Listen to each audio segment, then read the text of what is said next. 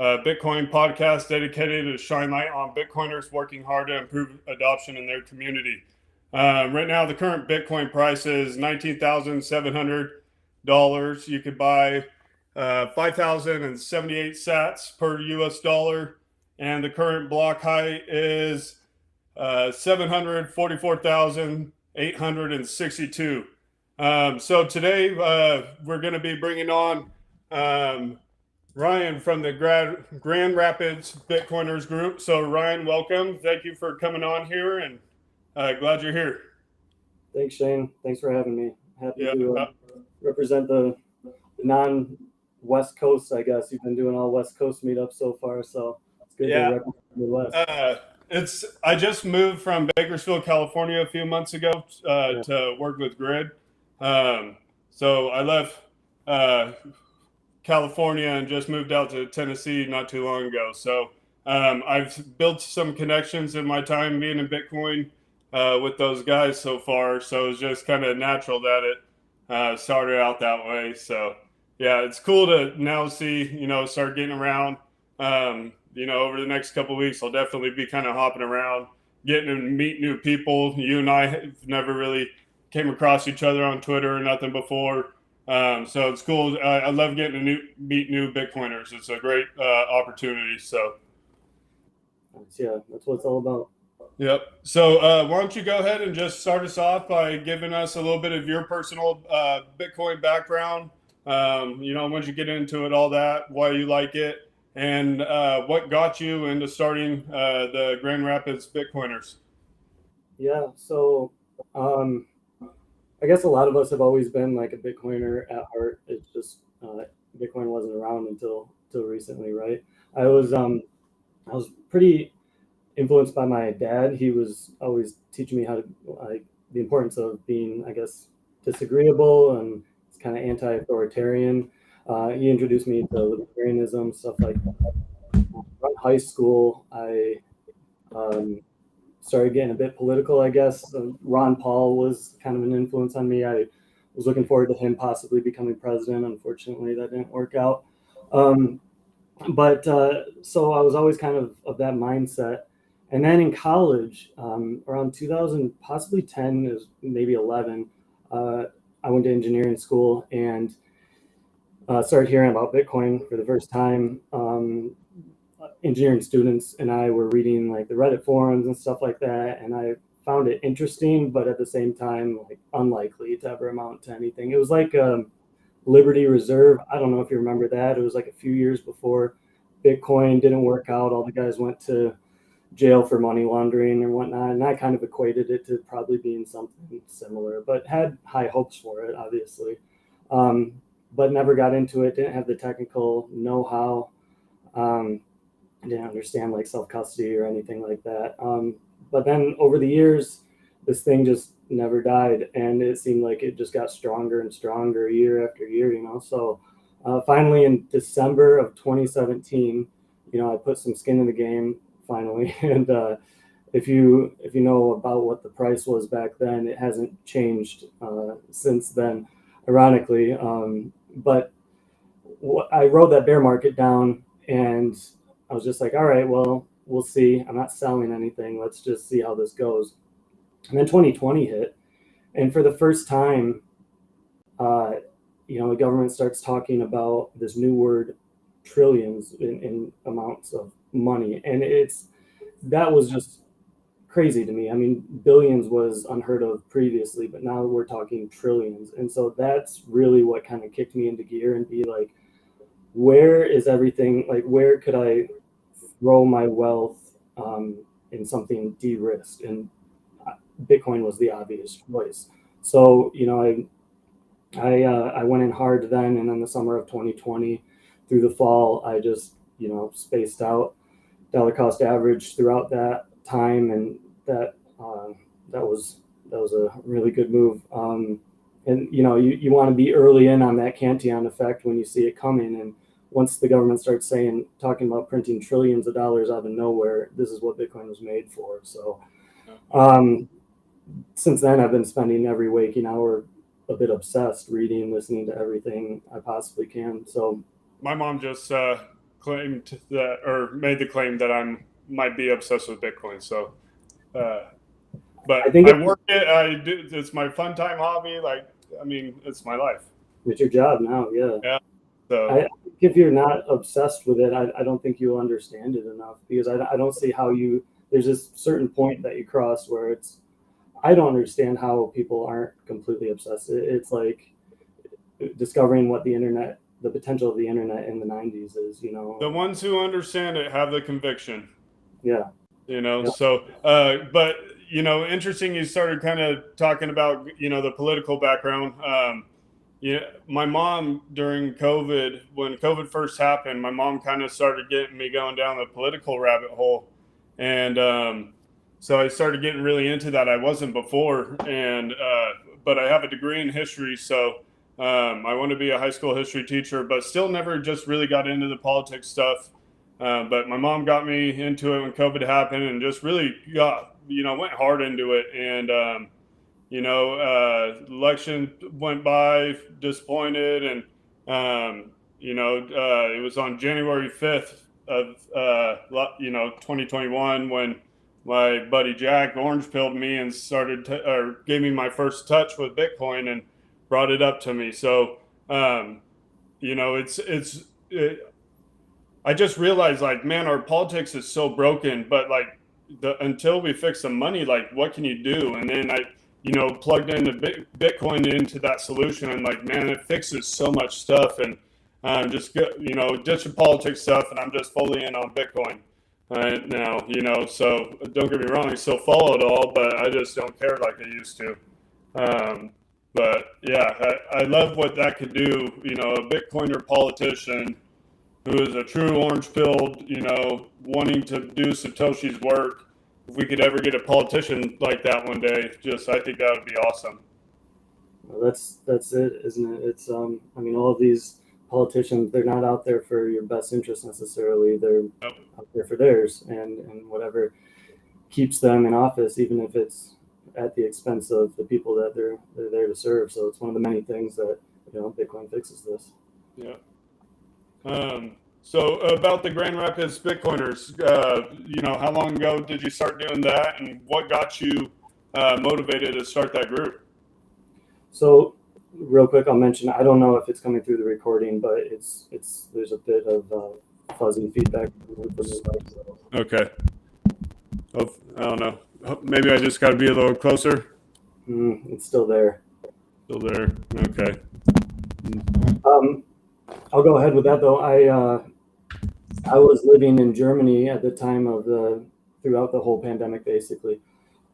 Living over there, and my German is not that great, and obviously there was a lot of social restrictions, so there wasn't really much opportunity other than, like, I participated in online meetups with a bunch of Bitcoiners, and that really helped. But physical, face-to-face conversations, I wasn't fortunately really able to have too much of that. We planned on coming back to Grand Rapids, my hometown, eventually, and I vowed as soon as we got here, we would start a meetup. I went to the 2021 Bitcoin conference in Miami, went back in 2022, and we were moving actually during that conference, and talked to some of the other Midwest guys from Cincinnati and Detroit Bitcoiners, Chicago BitDevs, stuff like that, and just kind of pick their brain on what they did to get started. And there were a couple of Grand Rapids guys who weren't quite willing to head up the meetup, but would have loved to have someone else do it and participate as much as they could. So we were all ready to roll, and I was super excited. So within like 2-3 weeks of us coming into Grand Rapids, moving here, we had our first meetup, and that was in April, late April this year, and it's been going good. We have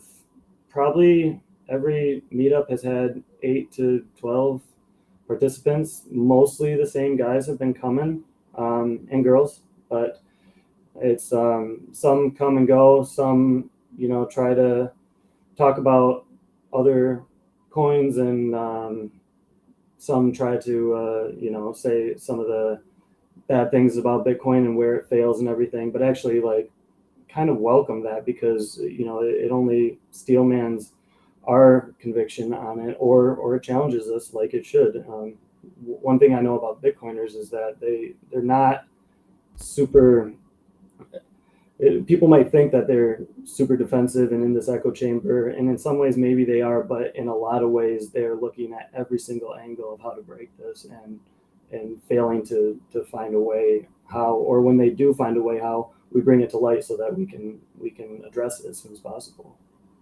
Yeah, and hopefully my mic works better. But another thing too, like if you meet Bitcoiners in public, they're not going to be those psychopaths. Like Bitcoiners in public are genuine, really good people, and they're going to completely change your mind. I know me personally, I've kind of digressed from it a little bit more, but I used to be more toxic, when talking to altcoiners, and I've kind of started changing that now that I run a meetup. I want to be able to, like you said, I welcome that challenge. I want to have those debates with people, and I have an open mind. I mean, shoot, if you could prove Bitcoin's wrong to me, by all means, please do. It'll free up a lot of my time. So, I'd rather know now than later. So I welcome that challenge to anyone coming. But just know you're also going to have an open mind and have a debate with me as well. But as meetup organizers, especially, we can't necessarily be too toxic, because that'll turn away from the group. Let the other people who come and get a few beers in them get a little more toxic or something. But as organizers, I really had to focus on that. Like, I got to change my approach when that time does come. Yeah, it's true. I can tend to be a bit impatient or easily frustrated. So like in those times, I have to really kind of humble myself, take a step back and be like, okay, what is this person actually saying? Is there any validity to that? And yeah, I'm here to learn. And the big reason why I also did this is because communicating with other Bitcoiners is the best way for me to learn. I mean, I get a lot out of the podcasts and the books and stuff like that. But what I really like about meetups, and I try to encourage other people to attend them, because you can have your unique questions answered. It's like you're having a personal guide there, because typically at every meetup, there's someone who can expand on the importance of running a node. There's someone who knows the monetary system, pretty in depth, or what's going on with MMT or macro or anything like that. So it really helps to just have a wide ranging, area of topics to be able to discuss about, and perspectives from different people.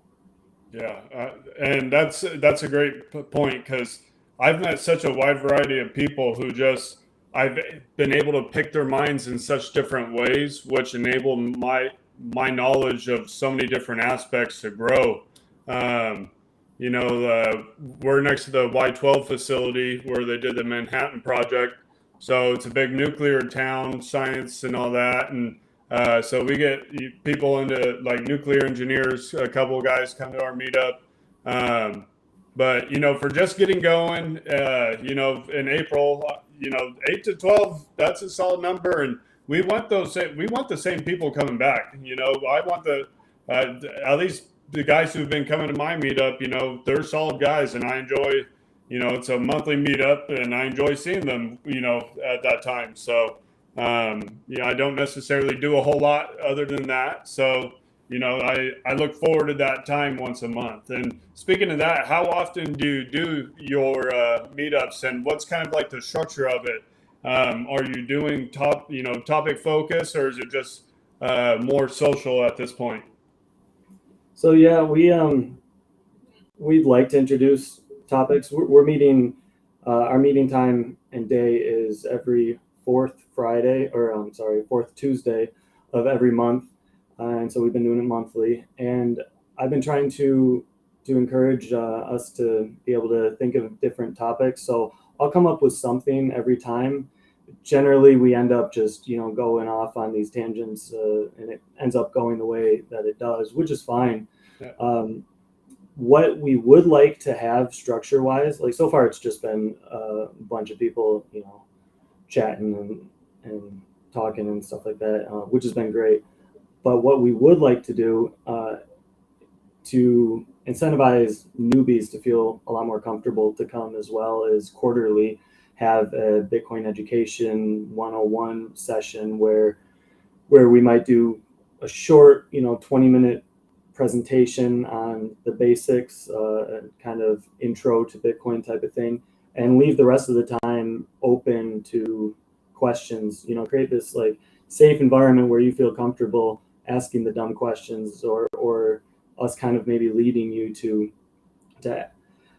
figure out what questions to ask. Because when you really don't know anything, you don't really even know where to start or what to ask at the beginning. So we would like to do something like that. I'm coming up with some kind of a quick presentation to be able to do that with. The thing is we haven't had too many people come who are complete newbies. That's something that I've, and hopefully your podcast might be able to shine some light on. A good way of doing this is to reach out to newcomers, some newbies, to be able to incentivize them to coming in. It's easy to reach out to Bitcoiners. You got Bitcoin Twitter and all of these avenues to reach everyone. So collecting the Bitcoiners around in your local area actually isn't that hard. It's getting the people who, that seed's been kind of planted, but they don't really know what to turn to. And then unfortunately, they end up going down the avenue of, well, man, there's 20,000 coins. I mean, I guess I'll just pick one and say that that's the one I can rally behind. And unfortunately, that, leads to disaster in the end. So reaching out to people who are new and looking to learn, that's been a bit of a challenge. But that's the structure we would like to have quarterly, to be able to do an education thing for newbies. Yeah.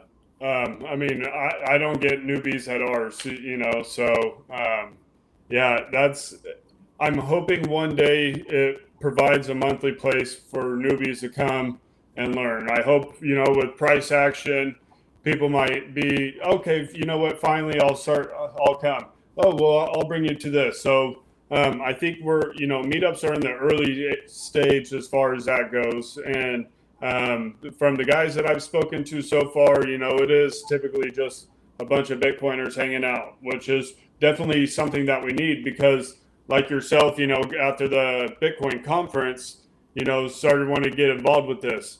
My buddy Connor, who helps me put on the Knoxville group, he similar story. He, after that conference, he wanted to start a meetup here. So I was already working on it, and then I saw, like, after a week or two, I saw him starting a Knoxville group. So I messaged him saying, "Hey, let's work together." And that's been a really great relationship that we built, and really enjoy who he is and how he's helped me grow, because he knows traditional finance and the macro and all that really well. And I'm really dumb when it comes to the old monetary system, and they make it too complicated, and then they don't teach us in school about it. So, I'm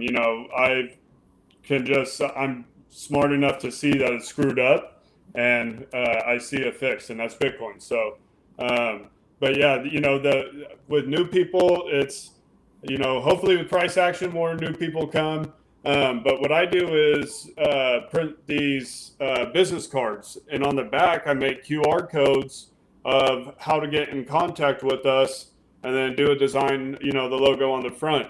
And then that way, if I do come across new people in public, I'm able to just hand them one of those, instead of just, giving them a bunch of word vomit and then they're just forget it all later. So it makes it easy. Here's this. Also, when I go to the bathroom in public, I'll leave one in the urinal or something. You never know when somebody will see it. So that could be a useful tool for you. But just know you definitely are not alone as far as having new people. There's not a whole lot that I know of either. So that's good to know. One of our members had a good idea where I think he's printed off some T-shirts, and all it says on the back is just "Ask me about Bitcoin." And if a couple of people just have that around, it's very inviting just to come up and ask your questions.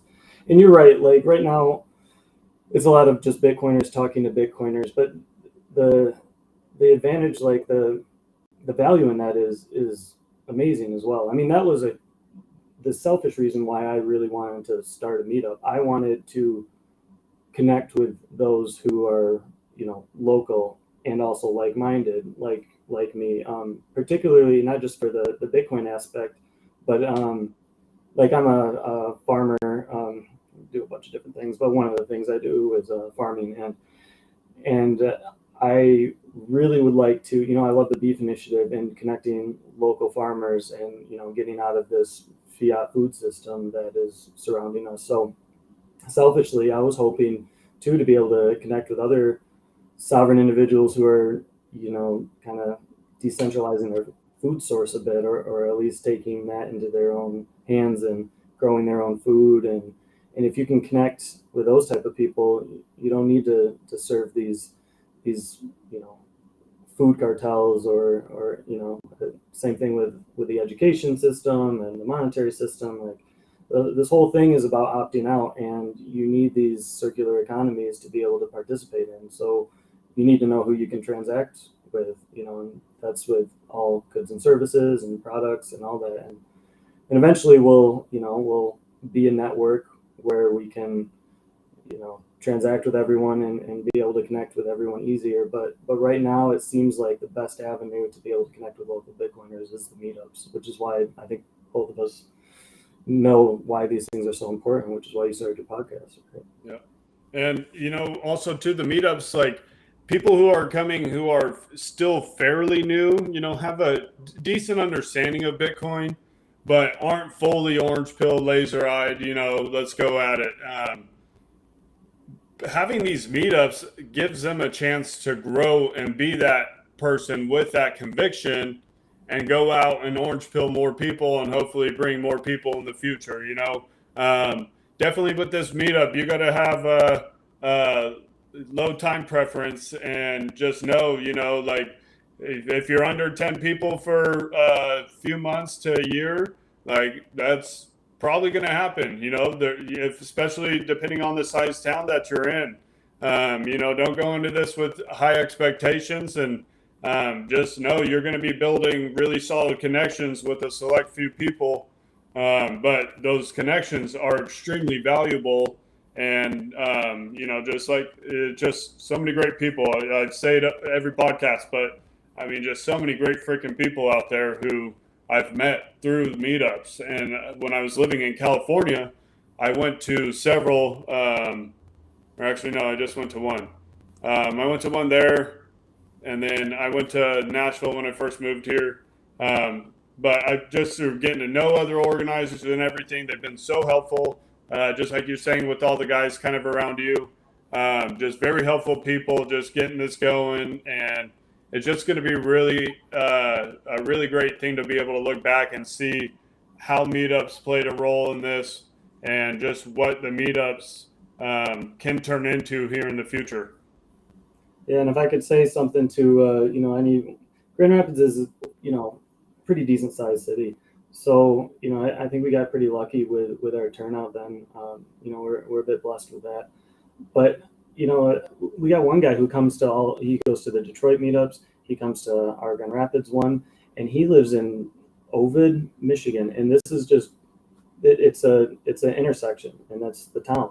That's it. I forget how many actual people live in that town, but it's an hour away, and I've never heard of the town. So, and he started his own meetup, and he's doing a huge thing this summer, bringing a bunch of Bitcoiners out to hang out on a lake, and it's going to be a blast. But like Satoshi? Yeah. So yeah, I've seen that video. Yeah, that looks cool. Yeah, I'm excited for it. I'm hoping we get a bunch of the different meetups to be able to meet up there. But there's no one there, and he's still doing his meetup and doing his thing, and people will come. And I guess I would want to encourage people. It doesn't matter what size town you have. Like, you'll find Bitcoiners, and like you said, it might take a while, but someone's going to have to start it. If this is important enough to you, you got to connect with other Bitcoiners, or take the trip out to your closest city. It might be a few hours away then, but it's the value of having these face-to-face conversations. It's really important. So Yeah, if you could go somewhere close to you, highly recommend doing that. It's really cool going to different meetups and just helps you gather more ideas for getting your meetup going, how you want to structure yours, but also kind of puts a little perspective on it. Like you see kind of some of the popular meetups out there, and they have a ton of people, and if you're going into starting a meetup, like I said, your expectations might be let down because of that. But going out to other meetups, it puts them in perspective. Like these definitely are smaller, tight knit groups of people getting together. But once you get to know them, you're going to know that you definitely went to the right place. And it's how far away is the closest meetup to you guys? What's the next closest? Benton Harbor has one. That's probably like an hour, a little over an hour. Detroit's about 2 hours. Chicago's about 2.5 hours. And then that Ovid one's about an hour. I'm not sure if he does that every month, but yeah, so there's a couple around. But there's only, I guess there's four now in Michigan. And I'm hoping the UP, someone up there starts to have one. I mean, I travel up there for camping, snowboarding, hiking, kayaking all the time. So it's a beautiful country up there. I would love to have an excuse to head up there and also, attend a Bitcoin meetup. So if anyone's up in the UP, please start one, Marquette or something like that. That'd be awesome. And what's been like the age variety of your meetups? All over, man. It's been awesome. Last time we had a young gentleman, 20, come. He was all curious about it and asking some intense questions. And we've had older guys. I don't want to guess their age, but like past retirement age, and it's been all over. And then it's all over the board. It's mostly men. There's a couple of my wife attends, and there's been a couple of women who come, but it's this whole area is pretty dominated by men. It's kind of That's the techy. Bitcoin space in general. Yeah, so that's the way it is, which is fine. But yeah, that's kind of the demographic of it. Yeah. If you're going to a Bitcoin meetup and if you see chicks, probably don't hit on them because they probably got dragged by their fiance or husband, boyfriend, whatever. So Most likely. yeah.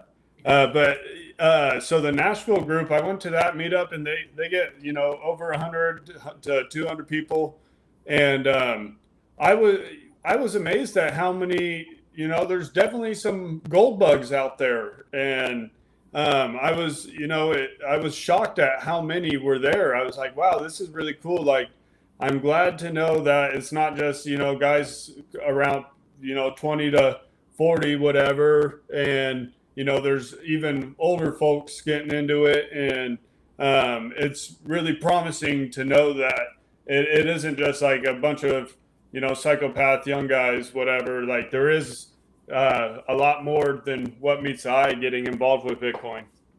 So, and then also, what's your venue like where you guys hold your meetups? So right now we've just been doing local pubs and breweries. They've mostly been at Founders. There was, and then one we did in this cool bar that a lot of us like, but it was a nice sunny day, and this is like a windowless bar. And just during the summer, we might go there in the winter, but during the summer, it's not the best place. What I would like to eventually have is kind of a dedicated space, something a bit more consistent. The Founders Brewery has been great. They got a huge outdoor patio and easy to find each other and whatnot. I would like the venue to be, how to put this, like a interested in Bitcoin as well. Kind of like a Bitcoin, not necessarily company, but something where they would a Bitcoin friendly venue, I guess. Where they would want to maybe integrate with Bitcoin, or sell their beer for Sats or something like that, and possibly have a venue where there can be kind of like a little sit down area for perhaps like a presentation, so we could do these educational meetups every quarter or something like that. So we're not totally set on anything. It's just kind of picking a spot that we all like to go to. So mostly it's been founders. Yeah. Start finding a venue to have your meetup at, and thinking about where can I find a consistent place. Like it definitely takes some work doing that. I started a meetup back home. Luckily, it was at the brewery of the guy who him and his son orange pilled me, so that was the easy setup. But then moving to Knoxville and starting this meetup, I went to several breweries and restaurants and just looking around, like, where could I find a semi-private area? I don't get any kind, whole lot of funding to help with that. So like, I can't get too expensive of a place to have like a private. So like, really got to kind of budget it, and if you do find that, and there's just a lot that goes into it. So once you get that, it's definitely kind of a sigh of relief getting going. Yeah, it's not very fun.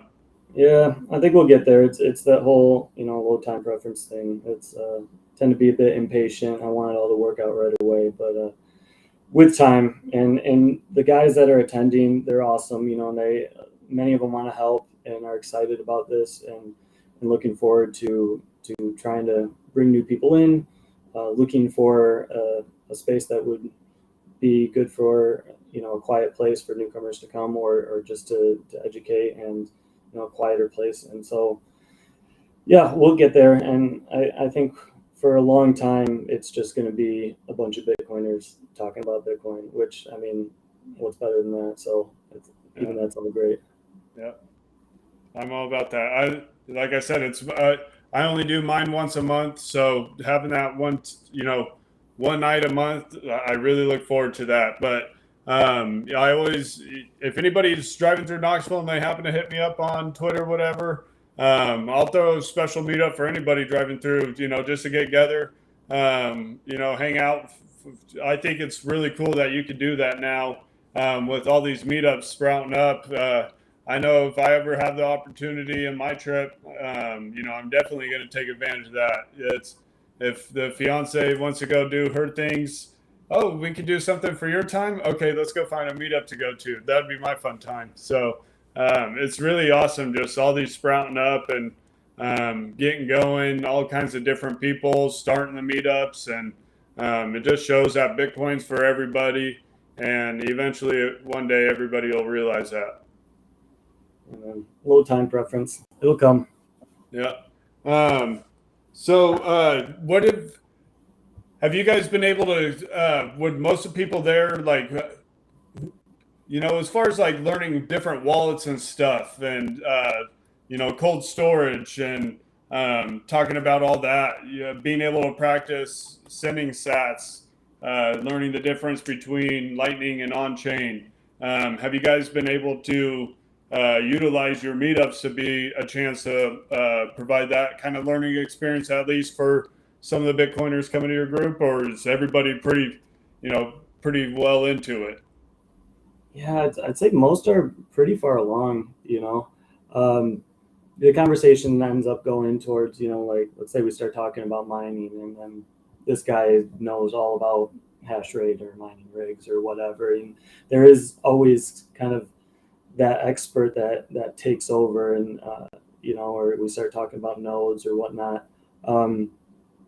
We end up bringing eggs to the meetup, and then we'll sell those for sats. And we always, like, someone wanted to do it on chain, and we're like, oh, actually, could we do over the Lightning Network? And I believe it was their first experience doing that, and seeing how easy it was. I mean, it was just a Lightning wallet, it didn't go through their own Lightning node or anything like that, but just to not have to wait for the block to complete, and see it go through instantly, I mean, that's a learning experience. Once you make a Lightning transaction, I feel like that's an orange pilling moment of itself, where you're just like, oh, this is the way we're going to do this from now on. That totally makes sense, right? Yeah. So there is all of that. But yeah, I would like to have certain people. We've got one gentleman who knows the tax system really well, and he said that he would be willing to kind of educate us on, Bitcoin and taxes. Not exactly sure what, he would talk about or anything like that. We got another one who's really into mining. And so perhaps one of these times we could just focus on that, and like that meetup would be about that specific topic, and people could prepare ahead of time and, have their questions ready to go. And you can kind of have a quick education experience, all in one night. Mm-hmm. Yeah, so I originally started buying on BlockFi, and then I got a cold storage device, and I sent it off. I withdrew it from BlockFi, and it took a few days, and I was just like, this isn't what I was told Bitcoin was. And so that finally went through, and I was just like, okay, that's not. And then I did an on-chain payment, and I was like, okay, like, this still isn't what I thought Bitcoin was, And yeah, like you said, Lightning, doing your first Lightning payment is definitely an orange pill moment, because then you really start to realize, like, okay, now we have money. First we had store value. Now we have money with this. And the way Lightning performs now, and so early on in its stage of development, I mean, I love the way it works. I'm not too technical and all the background stuff, but I mean, for me, I've used it several times to buy things, and I mean, the way Lightning works now, if that were to be how we got to make our payments, it seems like it would work pretty fine to me. So Yeah. I'm a huge Lightning Network fan. I love that rabbit hole. So yeah, pretty cool stuff. I mean, even if we didn't have Lightning and we just had the main chain, the Bitcoin chain, like even that final settlement within 10 minutes is still faster than final settlement anywhere else, in fiat, and settling in gold or settling on bank balance sheets. Like even 10 minutes is lightning fast. Mm-hmm. Yeah, it's when people start to realize how easy it is, and with what Strike's doing with the payment systems and stuff, Jack Dorsey and the Spiral Lightning Developing Kit, really fascinated to see what that's going to come to fruition here in the near future. What are some projects, apps that you are looking forward to, that you kind of follow, and that you kind of like to hype up to people? I haven't really hyped this one up, but you probably actually, I'm sure you know more about this than I. One thing that I've always been really excited about is streaming of sats. And so, like the Fountain app, for example, I know you're on there now, and the idea of, let's say I start listening to a podcast and it's not what I thought it was, but I'm still providing value for value. I only consume half of it. So I paid for half of the amount of attention that, that I gave you. And I think that will kind of balance out, I guess, the, what value you're actually providing to your customers, right? So you can actually see a much more true trend line of what you're providing, versus if someone just has a whatever subscription that they continue to pay for, but they don't consume any of your content, or they, like, the opposite happens. Like, I think that provides a clearer, how do I put it,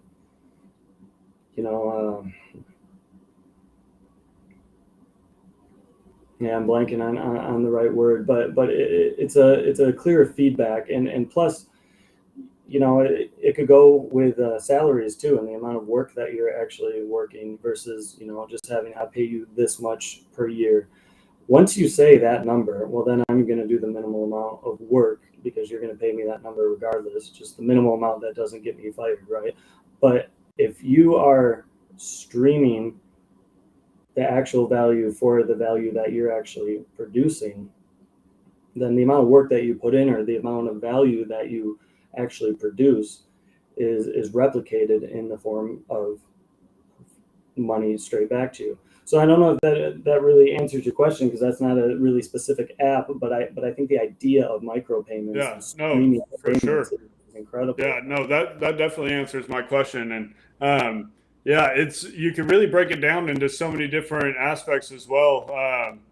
Streaming stats to people, and with Fountain app, you connect my node to it, so now you stream stats straight to my node, um, and I'm able to use the Zeus wallet to see those stats going to my node. Just what it.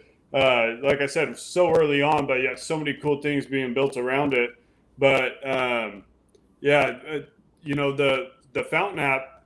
I mean, shoot, even if you're just streaming one sat per minute, I'll gladly take that. It's nothing, realistically, but like I'm all for that by all means. I appreciate that. But it's just really cool what that could be. And instead of paying for all these apps, the Netflixes, Spotify's, and everything, paying for the premiums or whatever you may get, instead of paying that lump sum and wasting money if you're not using that all the way, you just pay for what you need. But that's also a product of the fiat system, because we pay for what we don't need now, and the high type preference, wanting everything now, and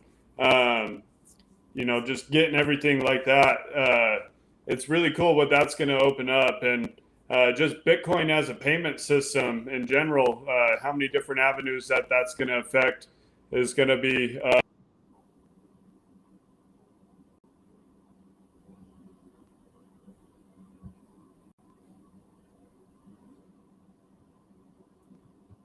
Shane, if you can hear me, you froze.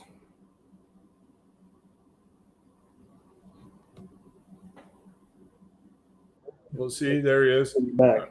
Alrighty. Is that on your end or my end? I don't know. I look Okay. I guess, but I guess we'll continue. You were saying, it cuts out the sleaziness of it, right?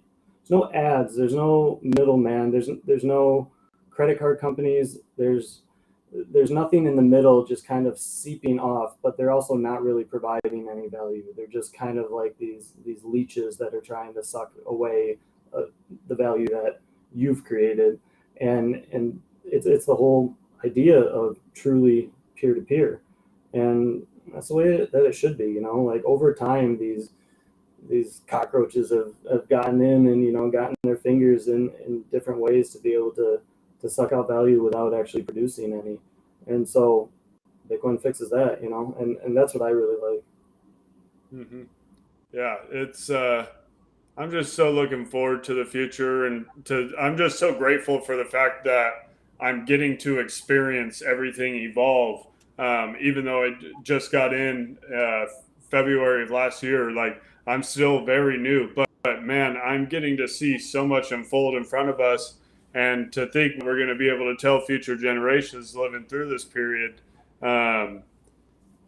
It's yeah, I mean, like to think one day I could get my paycheck streamed straight to my node or something. I mean, just I wish I want to be there already, but yet you got to enjoy the journey. So it's been a little difficult. And I also want to say, for anybody listening, sorry about the audio issues, whatever. Still new to all this. Great right now.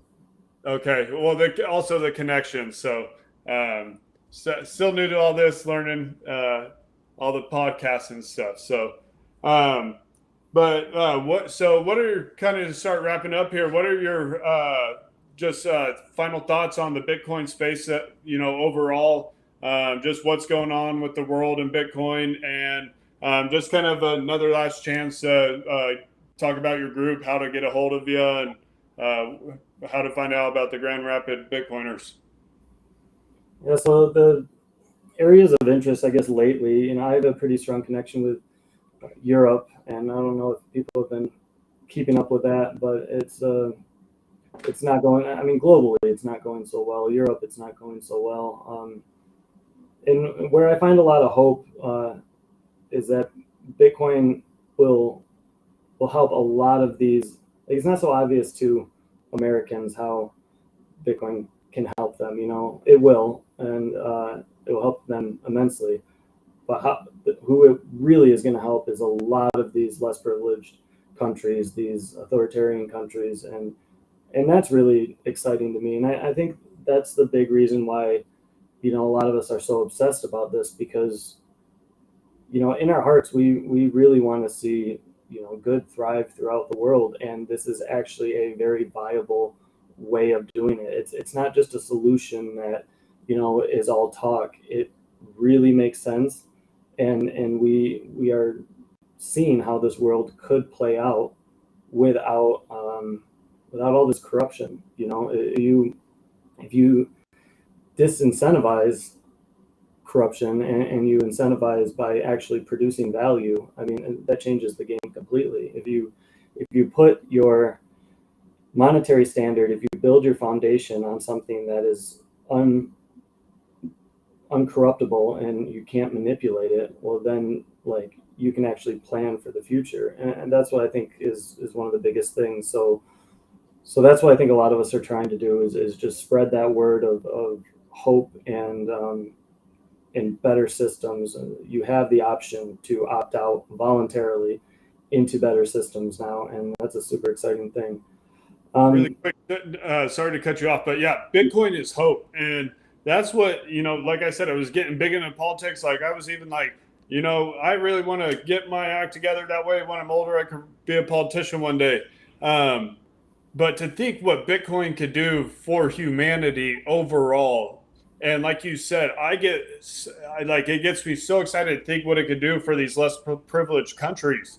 I was reading something. We see Bitcoin as an investment here in the U.S., but they see it as an opportunity to finally be banked, and we take things for granted. And to think what it can do for these smaller countries first, before these bigger countries, the G7, whatever, get involved, like that is just a beautiful thing, that they could have a fighting chance of getting back ahead for all these years that they've had the thumb pressed down on them.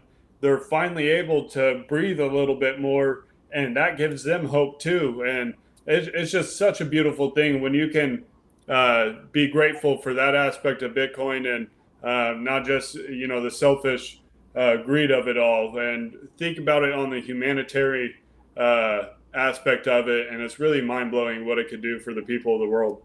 You're right. I think a lot of people who don't know much about it think of it as this financial thing. Number go up. Yeah, and it's like, yeah, that's great. That's what most Americans think of it as, but it actually allows people to be able to build for their future who might have not earlier had the opportunity to be able to do that.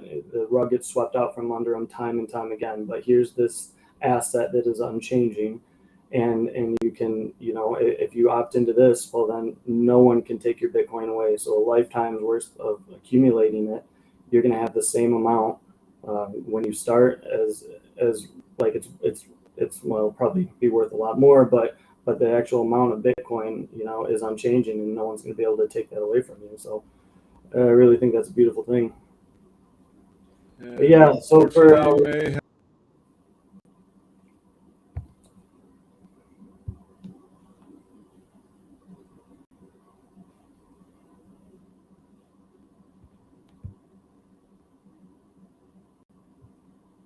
He's come back. Cool. I didn't have to do a little solo rant there until you got back.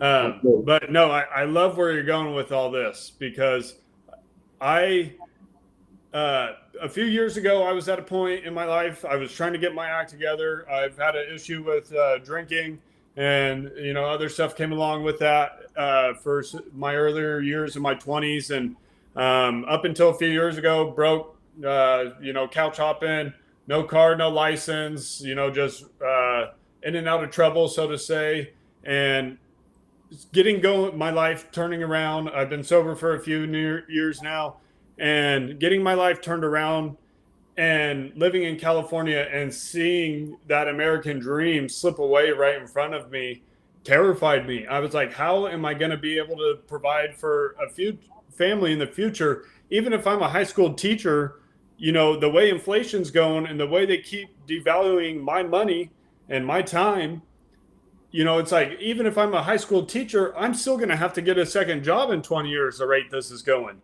And that scared the living crap out of me. And that's what, helped my conviction get to where it is.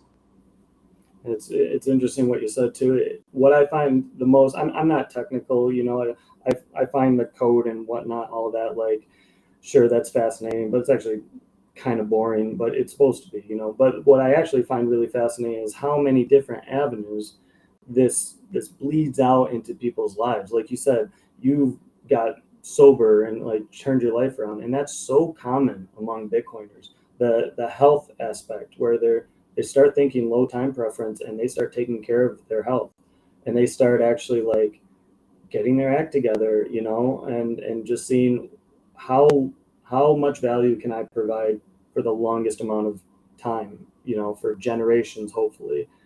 And I think just before Bitcoin, there's been a lot of lack of hope, where that idea was hopeless. Why would you not get what you can get right now? Because nothing's guaranteed for your future, but something is guaranteed now, and that's Bitcoin. And that's where I think this comes from, where people are starting to understand. And that's why these Bitcoiners, man, it's just so funny how like they turn their health around, specifically that. Like that's an incredible thing. How does a what would you call it, a platform, a network code do that to people? It's so strange. Mm-hmm. It truly is. It's too good to be true, but you got to accept it. Sometimes good things happen to the world, and we were gifted for what Satoshi has done for us. I mean, it is truly too good to be true, and is going to affect in such a beneficial way every avenue of our lives, because the poisonous fiat system has touched every avenue of our lives up until this point. Like you were mentioning earlier, the fiat food, we got fiat schools now, fiat government, fiat everything. The fiat system has poisoned the world, and it's just finally the everyday people can have a fighting chance again. Beautiful time to be alive. Yeah, absolutely. So Ryan, just to start wrapping things up, why don't you let us know how to get a hold of the Grand Rapids Bitcoiners, and just a last little thank you. Yeah, so if you're in the Southwest Michigan area or are going to pass through, please come by. We meet every Tuesday, every fourth Tuesday of the month. We have a Telegram group. I should have written that down, but you can find that on our Twitter, which is GRBTC. Follow us there. And yeah, I think that'd probably be the best way to contact us. Yeah, I appreciate you having me on, Shane. Thanks for doing this work and spreading the word for us meetup organizers to be able to feed off of each other and learn from each other. I mean, this all comes down to education, right? And Yep. That's why we're doing this. So the more that we can learn from each other and be able to reach out to people to show them that there is hope out there, yeah, we're doing good stuff. So thank you, Shane. Yeah, thank you as well. Thank you for doing Satoshi's work, and just keep pushing. These meetups are going to turn into something beautiful. So yeah, thank you for all that you're doing up there in Michigan. And just hold on a sec. I'll be right back with you here in a minute. Alrighty, so that was Ryan from Grand Rapids Bitcoiners Group. And just thank you, Ryan, for coming on. We will be live here at 5:30 with the Tampa Bay Bitcoiners and BitDevs. So look forward to hearing what they got going on down there as well. Just thank you for listening. You could reach out to us on Twitter at BitcoinKBN, Knoxville Bitcoin Network on Telegram, YouTube, KnoxvilleBitcoin.com. And yeah, listen on Fountain app, stream sats, value for value. If you appreciate the show, anything's appreciated. And also listen for free on Spotify, Apple, and YouTube. So other than that, and also if you're interested, Knoxville Bitcoin Network has a promo with the BitBox O2 Bitcoin only signing device. So check them out. Product made by Shift Crypto. I'm looking to get the 5% or use Knoxville for 5% discount. But other than that, we'll be back here at 5:30. Keep stacking hard.